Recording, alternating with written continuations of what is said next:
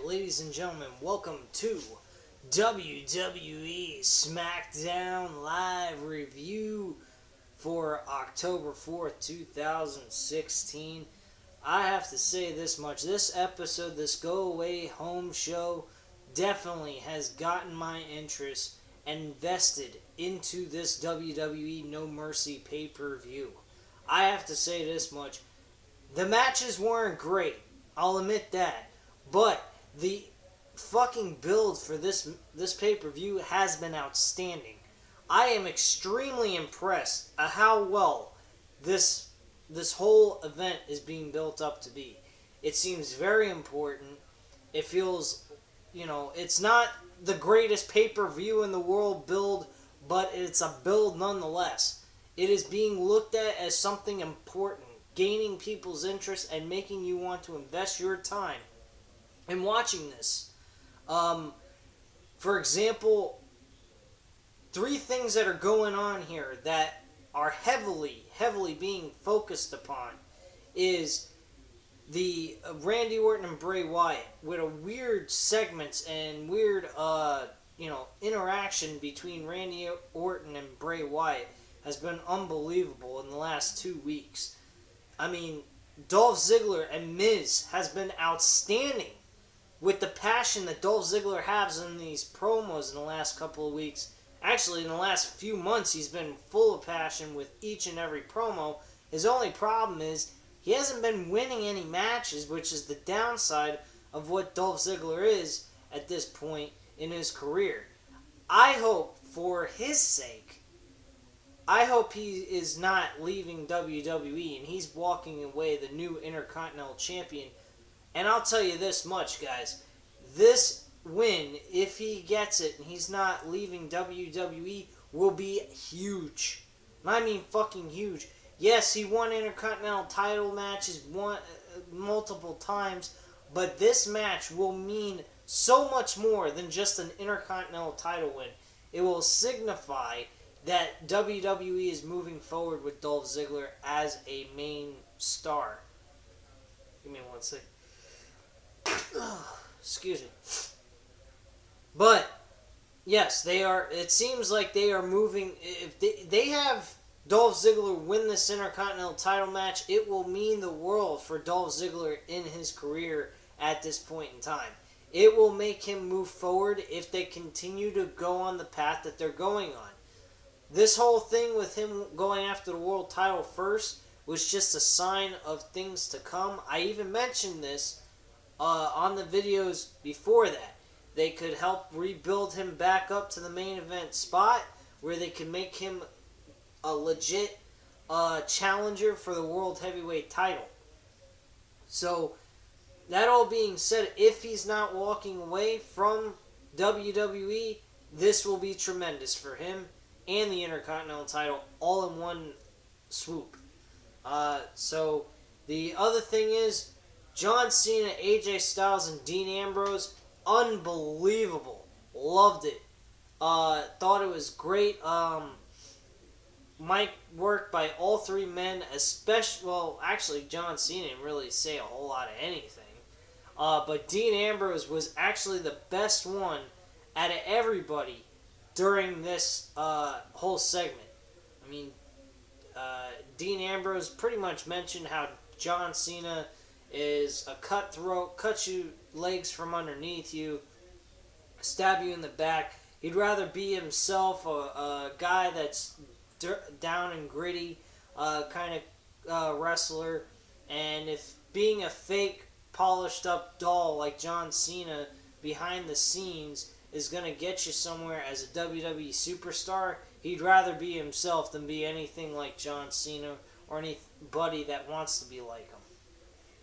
So, very controversial comments coming from Dean Ambrose. I definitely see when Dean Ambrose and John Cena come back from their time off from WWE television, these two definitely need to go into a war with each other one-on-one. And that would later build into a number one contenders match for the shot for AJ Styles' world title. That's how I see it. But moving on here, we'll start off right at the top here. Kane and Bray Wyatt. Holy fuck, this match was fucking retarded. Why was this even going on my television set? They couldn't find anybody else for him to challenge or face? Bray Wyatt loses by countout with a crazy segment with Randy Orton kind of distracting Bray Wyatt at this point. So, very odd match. Pretty much the same thing you saw on Backlash. Nothing extraordinary here. We also had backstage Baron Corbin. Corbin, he said he's the baddest man on Smackdown, and Jack Swagger showed up and got in Corbin's face, and Swagger's challenged Corbin to a match. That's pretty much all that was. So they were just getting his thoughts on that. Nikki Bella and Alexa Bliss was the next match on the card. This match was okay. I mean, it wasn't bad. Carmella actually interfered in this, which later led into a tag team match. And in this tag team match, Alexa Bliss walks away with the victory, hitting her finisher on Becky Lynch with kind of a resemblance of Neville's move, only a little less dangerous. And she nailed it perfectly. Outstanding move by her. I definitely could see her later on becoming a champion on SmackDown, and I think that would be great. But quite honestly, I don't think it would be smart on WWE's part to make Becky Lynch lose the Women's Championship on SmackDown to Alexa Bliss yet, until she's got some time in as being champion. Also backstage, Bray Wyatt was searching for Randy Orton. Later is placed inside of a storage room locked up with a rocking wheelchair, or the rocking chair that Bray Wyatt's signature piece of furniture he used to use all the time when he was getting towards the ring, and he was locked up. Well, just to spare you all the bullshit and the nonsense, Bray Wyatt ends up talking to the camera that was in the back of the storage truck or storage trailer, and asked for Abigail to take him home. And he pretty much then ended up disappearing. This whole segment there, leading into the Abigail take me home thing, I think is leading up into the idea that there is eventually going to be a person taking upon that character of Sister Abigail at some point, making that character come to fruition, and giving someone a role that will get them some sort of recognition as a female superstar. Which I think would be pretty cool on their part to get kind of a cryptic type female wrestler as Sister Abigail. I think that would be pretty badass. But someone that no one's seen at all, an independent wrestler, a female wrestler that's well known, a very high prospect in the independent wrestling scene, and just forget about putting her in NXT and put her on the WWE main roster as that character. Or you could leave it alone, not assign anyone that character, and just make her a complete mysterious character, which I think they're probably going to stick with. But there seems to be some sort of notion, sort of a kind of a clue to me that they might introduce this character with someone playing as Sister Abigail. But that's just to be seen as time goes on. Daniel Bryan also had a segment revealing the Women's Championship on SmackDown to the breast cancer survivors, which was a very nice thing. I think it's terrific how they, give notice to the women that survive from breast cancer. I think it's a very great thing that they do. The next thing from there was the Hype Bros versus the Vaudevillains. Good match. It wasn't bad. I think it was a decent tag team match. I wasn't, disappointed with this. Vaudevillains, end up losing this match, though. I wish that they would start doing something with the vaudevillains in a positive light. Start getting them some wins here and there once in a while so that they could look like they're actually competing for the championships instead of going down the toilet. Ever since they had a shot for the tag team titles, they just slowly but surely have not even slowly but surely, they just very easily just slid down the freaking pipe and just became nothing. Which I think is kind of ridiculous for them to do, since they gave them the opportunity for the tag titles not once but twice in a row. So I thought that was a little ridiculous, and now they're just nothing at this point. The Ascension actually was taunting the Hype Bros at that point, I guess signifying that they're the next opponents for the Hype Bros. Probably they're going to have the Hype Bros face the Ascension on a Smackdown episode next week. So that'll be pretty good for them to do. Maybe the Ascension will walk away with this victory, which I think might be a smart idea, just to give them some sort of notice that they are actually competing in the tag team division and not just jobbing out to other tag teams to help build other tag team partners and whatnot. Miz TV segment with Dolph Ziggler, already went into that. Just to go a little bit more in depth, Dolph Ziggler went ahead and was made fun of by the Spirit Squad of 2 members, and he happened to mention the other 2 just happened to disappear off the face of the earth just about the time when they split them, tucked them off television, put them back in OVW, which was kind of interesting for him to bring that up. But other than that, I mean, really everything else I said was pretty much how I felt about this segment. It was a very good segment. Miz ends up almost getting kicked in the face. Kenny and I don't remember the other guy who got kicked in the face, but the other Spirit Squad member got kicked in the face as well.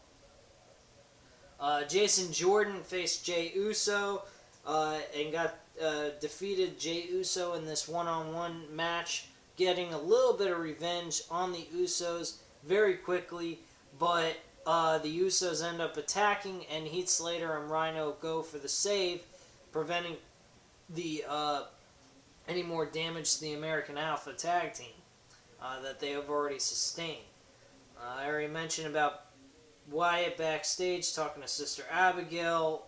Orton finds out that he was, disappeared, and he got pissed off that he left or whatever. I don't know what the fuck that was, but who cares? Last match that they have is Baron Corbin versus Jack Swagger. Jack Swagger actually wins by a controversial ending. It looked like there was a mistake made by the referee, which I thought this was actually kind of an interesting twist to a match ending, and so forth. So this was actually quite interesting what they did. So I thought that was pretty cool. He was trying to crawl to the rope while he was in the ankle lock, Corbin, and Corbin looked like for a moment that he gave the referee the indication that he was tapping out, but he really wasn't. He was just slipping and trying to get to the ropes, but all he kept doing was looking like he was tapping out to the referee. So that kind of sucked. I think that this match will be introduced on the kickoff show for No Mercy, which I think would be smart, or they could have a rematch on Smackdown and have this led up to a build towards Survivor Series, possibly. Who knows? Other than that, the last piece of the puzzle was the 3-man AJ Styles, John Cena, Dean Ambrose situation, which I already mentioned. AJ Styles spiels his little thing, interrupts John Cena when he comes out. Neither one of these 2 men like John Cena, as you could tell during this segment, as well as they shouldn't, because they both are competing for the title, and then all of a sudden John Cena just pops out of nowhere and he gets his opportunity for no fucking reason whatsoever. Which, to me, I mean, I'm a John Cena fan, but I don't quite get that logic either. I thought that was a little ridiculous to put him right in the title picture right off the bat, when in the first place, AJ Styles beat John Cena fair and square, cleanly. He did not beat him by screwjob or anything like that, and he won the match at SummerSlam. So, I don't know why the hell they added him to the match, but whatever. It should be a very interesting and fun match. Each man got their thing in. John Cena AA'd both AJ Styles and Dean Ambrose, held the title in the air. AJ Styles got his shot in with a flying forearm to John Cena, and then Dean Ambrose hit the Dirty Deeds onto the steel ramp, ending the show with Dean Ambrose holding the WWE Championship high above his head. So, overall, good build. Match-wise, you could live without. But show-wise, building up to the pay-per-view event, very impressed. Looking forward to seeing this event. I will definitely give you guys a review, or not just a review, but a predictions video later on this week. I will also try to get to you guys on the TNA Bound for Glory Bound for Glory review at some point once I've gotten a chance to fully watch the entire pay-per-view. So far I'm not too highly into it, but I will definitely go ahead and give you guys that review as soon as I possibly can.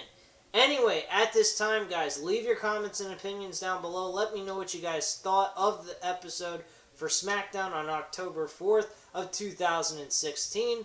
Hit the subscribe button and have a great night, guys.